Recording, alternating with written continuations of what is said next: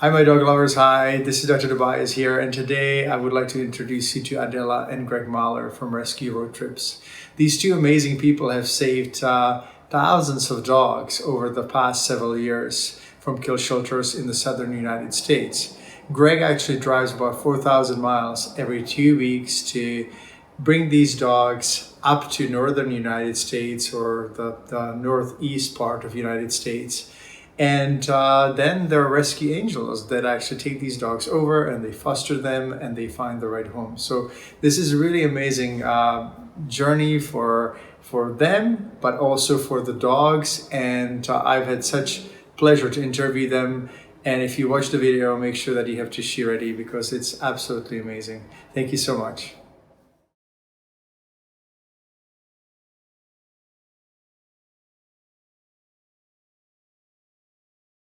I just would like to know a little bit about your background and how you got to do what you're doing right now. My name is Greg Maley. I'm with Rescue Road Trips. We are a small rescue and a large transport for transporting dogs and helping other rescues get their dogs to families. In the United States, there is an abundance of dogs in the southern states, and there is a demand for dogs in New England and the other side of the United States, which would be Washington, Oregon, and then crossing the border into Canada. There is a demand for dogs there too. So someone like me can get the southern states together with the northern states and Canada, and it's a win-win. It helps the dog out of a bad situation, and it helps the family into a good situation. It makes the families whole, and it gives a dog a second chance. I'm a guy that loves dogs more than anything, and I try to do a little bit to help both dogs and families. It's not just a one-prong thing. Yes, we are saving a lot of dogs out of shelters, but we're also helping to complete families and make them complete with the dogs. So it's a two-pronged thing that's happening. I'm a guy that helps the dog out now and then. What made you decide to do this? And can you tell me a little bit about yourself before you started doing this? What did you do and what made you actually realize that this is your calling? So I was in the restaurant business for all of the years of my life. Myself and my family, we had family restaurants, and we ran them. Economics changed, and we got out. I thought that I was taking retirement at an early age. I had been home for approximately a month or 2 months after the closing of the very last restaurant. I got a call from my sister who runs a rescue in New England, and she told me there was a girl coming through Ohio with a van load of dogs that was too sleepy to get all the rest of the way into New England. Would I go out and meet her along the interstate, get in the van with her, and help her drive the van on into New England? This was in the middle of February. I remember how cold it was. It was about 2 in the morning, and someone was asking me to get in a van with a stranger along the interstate. They weren't even really getting off the interstate. I had to meet them on the berm, hop in a van with them, and drive the rest of the way to New England, which is about a 10-hour drive. This sounded really, really peculiar and strange to me that someone would do this. And I was up for the task because I had been home. I was getting bored at this point of, everybody thinks they're going to enjoy their retirement, but I can tell you, no, I was starting to get stir crazy. So, yeah, I'm into this idea. So you rescued the rescuer in the van, and then the rescuer rescued you, and you've been rescuing dogs ever since. Correct. That first trip opened my eyes to seeing the need of dogs getting from point A to point B. And this was on a really small operation, and a lot of it had to do with something called legged transports. And that's where one person drives the dog 50 miles, and they hand it off to another dog that drives another 50 miles, and eventually, supposedly, the dog will get to where it's going. It's fraught with problems. A lot of people don't show up to do their 50 miles. The dog stalls out somewhere. I could quickly see all of the problems with this leg transport and was trying to figure out how to do it more efficiently. I came up with the idea that everybody was probably spending about 20 bucks on gas. And if everyone that was driving gave me $4 or $5, I could get that dog from point A to point B, and it will be me with the dog the whole way there. There will, you wouldn't have to worry about somebody not showing up to do their leg. And I could do more than one dog at a time. Wow. So I started off with 3 dogs in a borrowed minivan, and that was approximately 12 or 13 years ago. There was no big jump along the way. It was the borrowed minivan till we started renting vans from Enterprise Car Company. One day, Enterprise gave me a call and said, "Hey, you're not fitting our business profile, so we're not renting vans to you anymore." And I had dogs scheduled to go, so I had to borrow money from my then girlfriend, who's now my wife. That took a lot of swallowing your pride to borrow money from your girlfriend for a down payment for a van, because you've got to you've got to have a ride for a dog in just a couple of days. Borrowed minivan, rented vans, used vans that we owned, a box truck, a truck pulling a small trailer, a truck pulling a bigger trailer, a bigger truck pulling a bigger trailer, and here we are today in a semi pulling a full-size trailer. So, this sounds like a typical overnight success story, right, of a project. It takes 13 years and a lot of work and a lot of transition and all that stuff. What is your route usually? What route do you take? You live in Ohio, is it right? Yes, I do live in Ohio. On Mondays, I leave Ohio and I head south. I head as far south as Texas. When I get to the most bottom part of my route, which would be around Houston, I make the turn and I come back across all of the Gulf states, and then I start working my way north and east until I get into the New England states, and then back to Ohio. I leave my house on Mondays. I get back home on Sundays. It's 4,200 miles from the end of my driveway to the end of my driveway. And then I'm off for a week. Now, I can tell you that I'm generally busier on my off week than I am on the week on the road. While I'm on the road, I get to use the excuse I can't do that because I'm on the road. While I'm home, everyone expects me to do everything they need done at that point. They're stripping the trailer, sanitizing it, putting it back together, logistically laying out the run, taking care of the dogs in our rescue, and just trying to get by in general. And the week that I'm out on the road isn't quite as hectic. It's hectic in another way because I've got a lot of dogs with me. I've got a lot of miles to travel, and I've usually got to go through some type of weather somewhere, either in the south or in the north. Weather's generally a problem somewhere along my route. So basically, it sounds like every 2 weeks you almost cross the continent. Yes, that's correct. I could go across the continent. How do you gather, how do you get the finances, the financial part together? Another question that I have, how did you get people actually do their job? Because you can't do this on your own, right? Like you have to have tremendous organization skills. There is a lot of organization to it, but let's go to the, how do I make this all work? In the beginning, 12 or 13 years ago, I would take that van that I rented. You would get a loaf of bread and a jar of peanut butter, and that was breakfast, lunch, and dinner for all of the days that you were out, which was about 4 days. The only thing that I could hope for was enough money for gas and for the rental of the van. And if I got that, I was good, because I was in it just to help the dogs. The dogs got a ride. I was happy.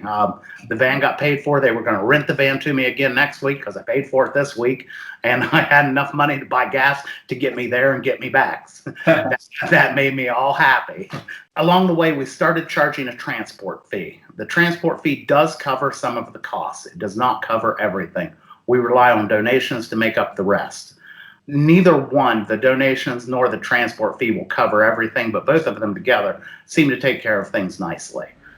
I use a lot of volunteers all along the way. It is not just me taking care of the dogs while I'm out on the road. One person really can't take care of that many dogs. So I've got volunteers set up for every one of my stops where I would need help with the dogs. Volunteers come out and meet me. We call them the angels, and they pretty much are angels. They're giving up time. They're giving their time and their love. This has a second effect too. The more people that handle that dog, the more comfortable the dog gets. I didn't take a week out of my time to set that dog up to fail. When it comes out of the trailer, I want everything to be perfect. And I learned this in the restaurant business. When I bring the plate to the table and set it down on the table, 50% of the battle is won or lost right when that plate hits the table.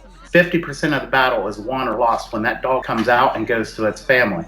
I want it to be happy, fluffy, bouncy. I want it to smell good. And I want everything to be perfect. So this first few moments are love, and are pure love, and everything goes well for the dog. I can tell you so many people think that being in that trailer is not a good place, and being in that trailer is the best place in the world for me. Yes, it does smell like dog, but that doesn't bother me. Yes, they can be a little bit noisy, but that doesn't bother me either. I get to know each and every one of them. I can hear them. I can smell them. I can tell what's going on. I know if they're comfortable or not comfortable. Oh. And I just love being with them. On Friday nights, inside the trailer, the whole feeling changes, and this changes every week. Everyone thinks I'm crazy when I talk about this, but the dogs know something. I don't really think they know exactly what's happening, but they know something good is happening. None of them are really sleepy on Friday nights because Saturdays is the day they're going to meet their family. Being in there with them on a Friday night, it's like being in a bus with a whole load of lottery winners. They're all happy. They all know something good is going to happen.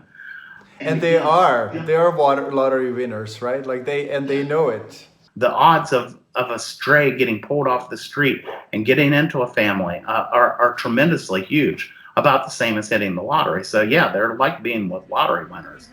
Another thing that I see happen, enough that I will mention it, is when we get there, there's a crowd of families waiting for their dogs, and they're all in a semicircle around the door of the truck. When I bring the dog out, the dog can go directly to its family.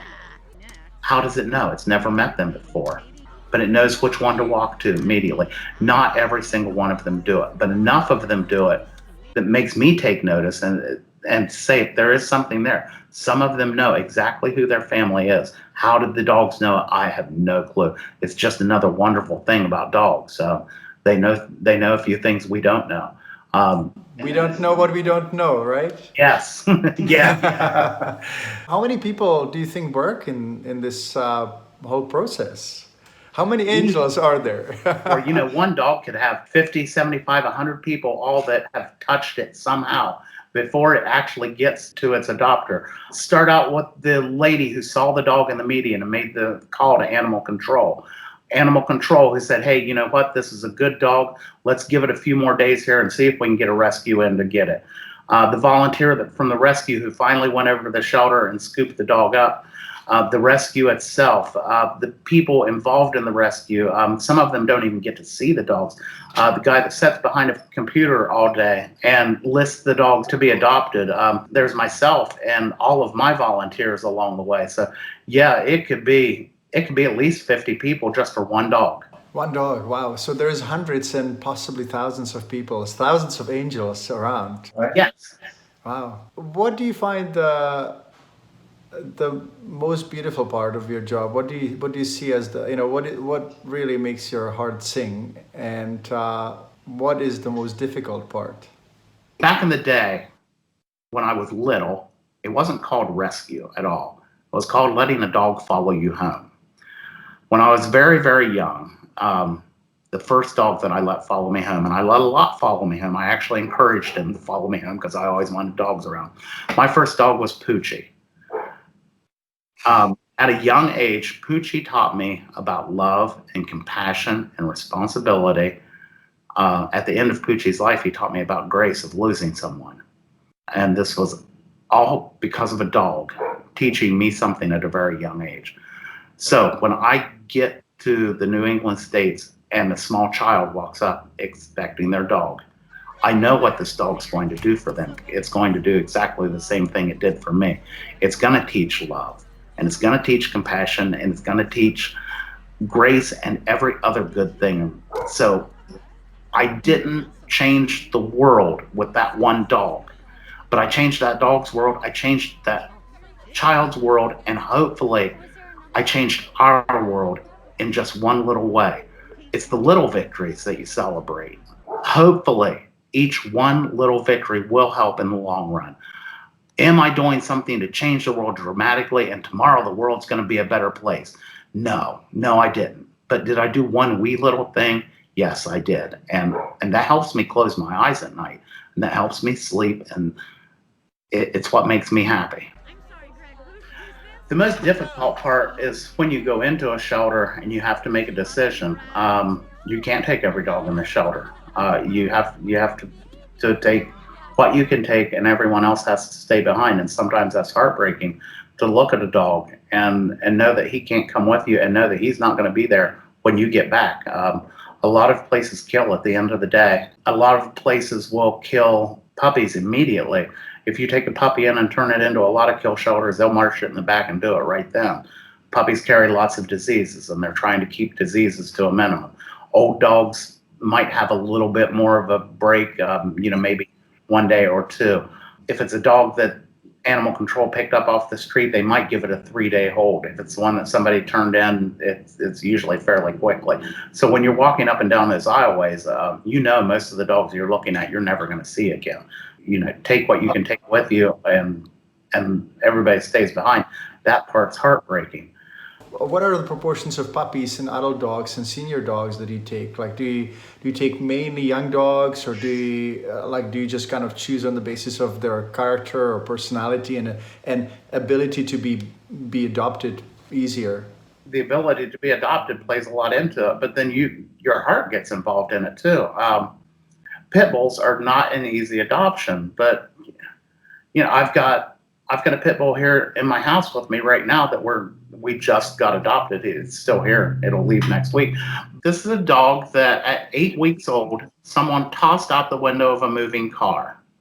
It broke lots of bones. Apparently, she has been thrown out a week before, so the bones have already started to heal. Someone found her along the road. They brought her here to the house. It was probably about 1 or 2 a.m.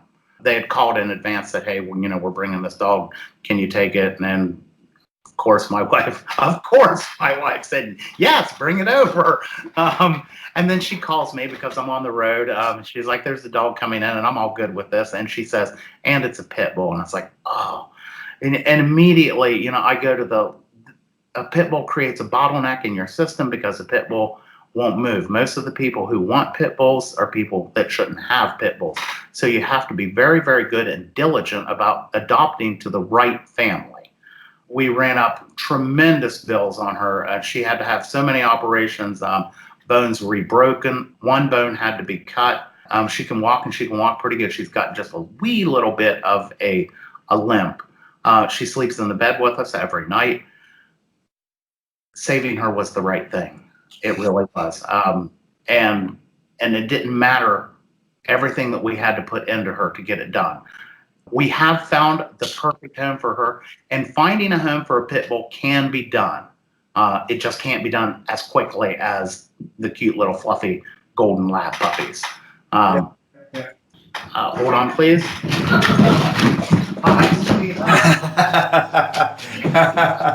Who is this? This is Eleanor, and she is the pit bull we've been speaking Eleanor. She came to say hello to everyone. Eleanor. She just came inside. And who's that lovely lady who's bringing? Della. Hi, Della. Hi. So nice meeting you as well. And oh my God, so much happiness. It is just so lovely to see. This little pup has been thrown out of the window and brought to your home. Broke 2 of her legs severely. Lots of operations. She has just a little bit of a limp. It's shorter. She is perfect. And she makes my heart swell, and it's going to make my heart swell to get her into a home. I'm going to cry my eyes out when it happens. I will, because I love her. And Sweetie. my job is to give them love. When it's time for them to go, if my heart doesn't hurt, if I don't cry tears, then I wasn't doing my job to begin with. And I take it serious, and I do love them, and I give them all of my heart. Yeah, you can cherry pick your dogs and pick just the fluffy puppies that are old enough that aren't going to have any heartworm or aren't going to have any problems, and they're going to be easy adoptions. Or are you going to take a few of the harder cases, the old dogs, the less desirable breeds? They all deserve a chance, and having to stand there and you be the person of saying, this dog gets a chance and this dog does not get a chance, that will weigh heavy on you. Tell me a story of one dog that's stuck in your mind, in your memory. I will tell you a story that we were picking up dogs one day, and we were at a shelter. This shelter was the only shelter within the parish that had a place where you could burn the bodies of the dogs. So other parishes from around were bringing all of their dogs in. Some of the dogs were in trash bags. Some of the dogs were still alive. The dogs that were still alive were put in something called a kill pen. And it was just a holding place where they get the dogs off the truck. It's a little 10 by 10 pen, and it is packed full of dogs. If any of these dogs are hurt, they're going to be angry. Some dogs get shredded right there in the pen before they even get taken in to be euthanized. But as I'm doing my job, I'm kind of watching out of the corner of my eye what's going on with the trucks, and I watch it every week that I'm there. I'm not there anymore, thank goodness. But I saw them take an Irish setter, and it looked like a full Irish setter, and they were walking it towards the kill pen, and I've got a thing for Irish setters. So I hollered to them, it's like, hey, I'd like to have that dog. They went ahead and stuck it in the kill pen, and I walked over that way and said, hey, I'd like to have that dog. So they start fishing a catch pole in to get the dog out, and they're going to open the door just enough to squeeze the dog out. And as they squeeze him out, there's a little Chihuahua sitting there. And he's right there at the door like he'd come around. He's an old guy too, but he's a Chihuahua, and he's in there with big dogs, mean dogs, and everything. Some of these dogs don't even make it out of that kill pen, and that's a horrible situation. But they fished the Irish setter out for me. I call a rescue to come and get it because a dog can't go directly from the shelter into my truck. It's got to have a 2-week quarantine, be brought up to date on his shots, be heartworm negative, blah, blah. There's medical requirements. Anyway, they're fishing the dog out of the pen, and I look at the Chihuahua and said, I'm sorry, I can't take you with me. And the Chihuahua dropped his head and just looked at the ground as I walked away. I will never forget this in my entire life. He knew I was his last hope. There was nobody after me. Bad things were going to happen to him, and he knew it. And there was nothing I could do for him. That is one dog in the millions and millions that I can't do anything for. He's one that I think of quite often. There must be a solution, right? And I think that you've been working on it for 13 years, and there may be a tipping point where it spreads like a fire, and we will really start legislating this for animals the same way we've legislated for people, right? To protect them and make sure that they're safe, that they get their essential needs met. And I can only imagine how difficult it is actually to do these drives, and maybe we should challenge Elon Musk or ask him to donate a self-driving truck for rescuing dogs. So Elon Musk, if you're watching this video, or anyone who knows Elon Musk, please get back to us, either rescueroadtrips.org or peterdobias.com, and we will hopefully connect with you. Let's make the world a better place, not only by making electric and self-driving cars, but also by using them for such an amazing mission as rescuing dogs. That would be really that great. would help me out so much. It really would. It would give me just a little bit more time to spend with each one of the dogs, and I would love that. Yesterday, I actually saw a cartoon, and on the cartoon there was a big pill vial, and the pill vial label said antidepressants, and out of the pill vial there were like a whole bunch of dogs jumping out of the vial. What do you think of that? Dogs being the real antidepressants for people? I believe that very strongly, and I agree with it. If you give a dog something, it will return it tenfold. If you give a dog a little bit of love, it will give you a lot of love back. If you give a dog a little bit of compassion, it'll give you a lot of compassion back. A dog will give you so many things, and it will take away your anxieties, and it will take away your depression, and it will make you look at the world in a better way, and in a way you need to be looking at it through your dog's eyes. What is the difference between a connection with a human and a dog? The connection with the human and the dog is total love, and it's love in its most pure form.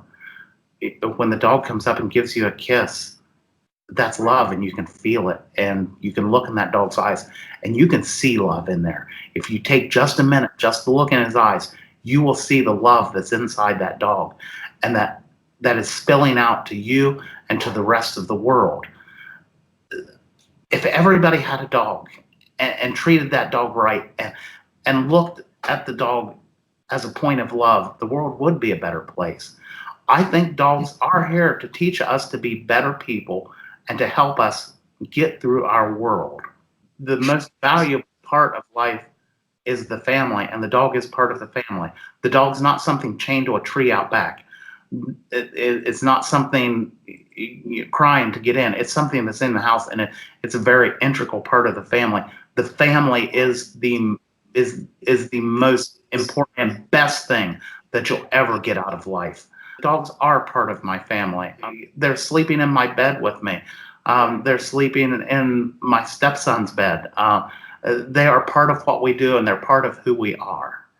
Sometimes I'm thinking about how they evolve and that it's absolutely miraculous that they actually have this innate ability of loving unconditionally, being there for us, being able to forgive.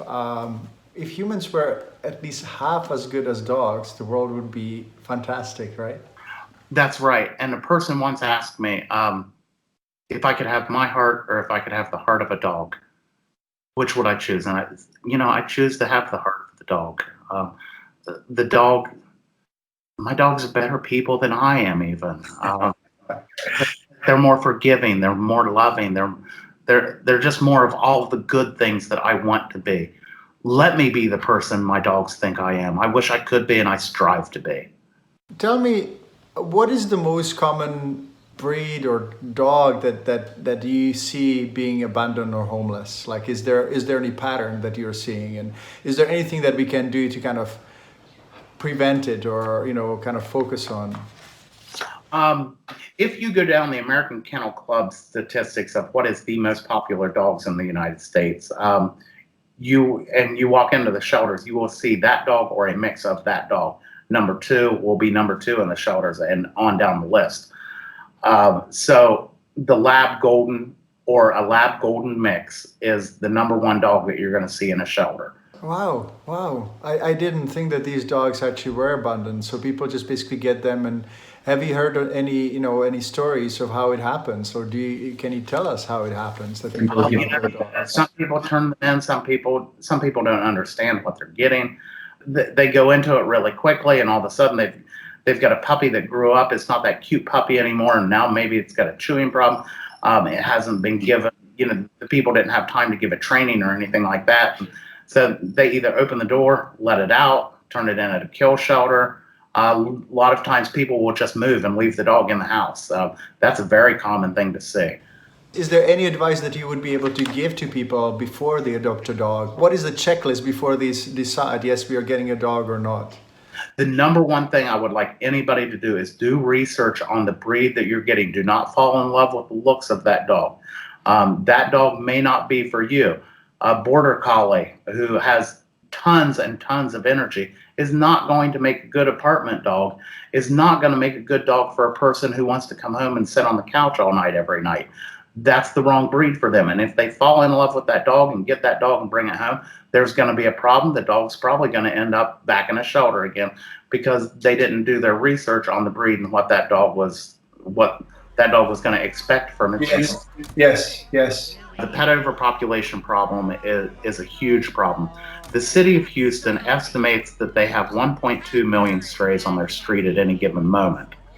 They have 3 shelters within their outer belt. Each shelter can put down about 300 dogs a day. So the city of Houston's putting down just about 1,000 dogs a day in and day out.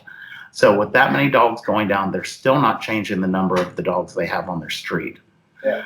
How do you fix this problem? Everyone wants there to be one simple or one answer. And if there's one answer, they can attack that and they can fix the problem. The pet overpopulation problem does not have just one facet to it. It's very multifaceted. It's socioeconomic, the prevalence of warm winters in the South, laws have a lot to do with it, and I don't want you telling me what to do with my dog has a lot to do with it too. There are so many things that there's not one area to attack. You're going to have to come at it from a lot of different angles in order to even try to make a dent in it. And I don't see that happening. If you ask me, what can we possibly do about it? I'll tell you to teach children. I don't think there's anything that my generation will ever do about it. But if we teach the children and teach the right thing, maybe their generation can do something about it.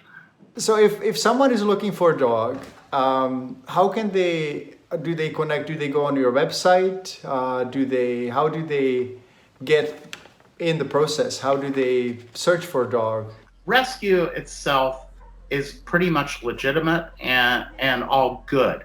Though, like everything else, there can be some bad folks involved in it, and there can be some scams out there. Always make sure you're dealing with someone reputable. And for the most part, rescue really is reputable. It's a grassroots thing, and it's generally run by one or two people. And saying that it's one great big organization, there's not really any organization to it. It's like me, one person trying to help a dog, and there's a lot of these one persons trying to help a dog out there. Bear in mind, there are no free lunches, so if you think you're getting the greatest thing in the world, look into it. Ask questions. Ask as many questions as you can ask. Be sure about what you're doing. Do not fall in love with a picture and just start sending money away to nowhere that you don't know anything. My gosh, use a little bit of good judgment. If you're looking for a rescue and you want someone reputable that I know is reputable, you can check out my website. I've got people listed on there that I work with regular. I know they're good and decent people. I wouldn't let them on my website if they weren't. And that's a very small sampling of the good and decent people that are out there doing a very small sampling. It's just the ones that I happen to work with regularly. Now, there are pet finding services. Pet Finder, Adopt a Pet are just a couple of them. They are the Match.com of the dog world. You get on there, you see pictures, you read bios, hopefully you make a match. And in this day and age, just because a dog is in one location and you're in another location does not mean anything. There are transporters out there just like myself. There are lots of ways to get a dog into its place. And if it's in a rescue, that rescue will probably do anything in the world. If they think you are the right home for that dog, they'll get it there. I've seen my wife drive many, many hours to try to get a dog to somewhere when I was out on the road and I couldn't do it. So yeah, a good rescue wants the dog into the right home, and they'll bend over backwards to make sure that works. Part of our work is that we try to, when the dogs get to the family, we try to teach the family how to keep their dogs healthy without really needing the veterinary care as often, empowering the dog lovers and making sure that they actually learn more about nutrition and healing and how to recognize disease and how to avoid drugs and chemicals. And part of this process, actually, what I wanted to say is that we actually give part of our proceeds to different organizations, and we always search around the globe and look for organizations. And if our community members wanted to give you a contribution, if they wanted to donate money to your mission, how can they do that? There's several ways of doing it. RescueRoadTrips.org has a donate button. Rescue Road Trips on Facebook has a donate button also. You can also find our address on the website and just drop a check in the mail. We've got an Amazon wish list. You can stop by Amazon and see some of the products we need. You can keep us in your thoughts and your prayers and hopefully keep us safe. We need that. Fostering. Fosters are like gold to rescues. When the dog is in the southern state, far away from the states that are where the dogs are desirable, if you're fostering and you're in that state, it makes it so much easier for me to get the dog adopted, because the people see the dog as something more real when it's in their area. They know they can stop by, they can see it, they can put their hands on it, they know it's a real deal. If you can foster, you're helping out rescues greatly. And yeah, you'll foster fail. Trust me on this, you will. And yes, fostering will break your heart. It'll be one of the best things and the most rewarding things. I promise you so much. It will be one of the most rewarding things you've ever done. But you are going to cry some tears over it. When that dog goes into his home, you're going to cry a few tears, because I expect you If you're fostering for me, I expect you to love the dog. I expect you to care for the dog. I expect you to do everything. And if you did your job right, it's going to hurt your heart a little bit when that dog leaves. Another thing that I would just ask you to do that's not really, it's not a monetary thing coming in, but if you see a dog, smile at it just in your day. Just give it a smile. Maybe give it a pat on its head and be good to a dog. That's a donation to me in a roundabout way. It really is. Wow, what a great time together. Thank you so much, Greg, for spending the time with me here. And I am sure that our community will be super excited. I hope that you will get some donations from our community, and we definitely are promising that we will continue try to support you the best we can, and part of our proceeds will always go to your rescue effort. So thank you so much, and we will talk soon, very soon. Thank you. Thank you for including me, and hopefully, yes, we can do this again. I would enjoy it very much. Thank you. Thank you. Have a wonderful day and safe trip. Thank you. Bye-bye.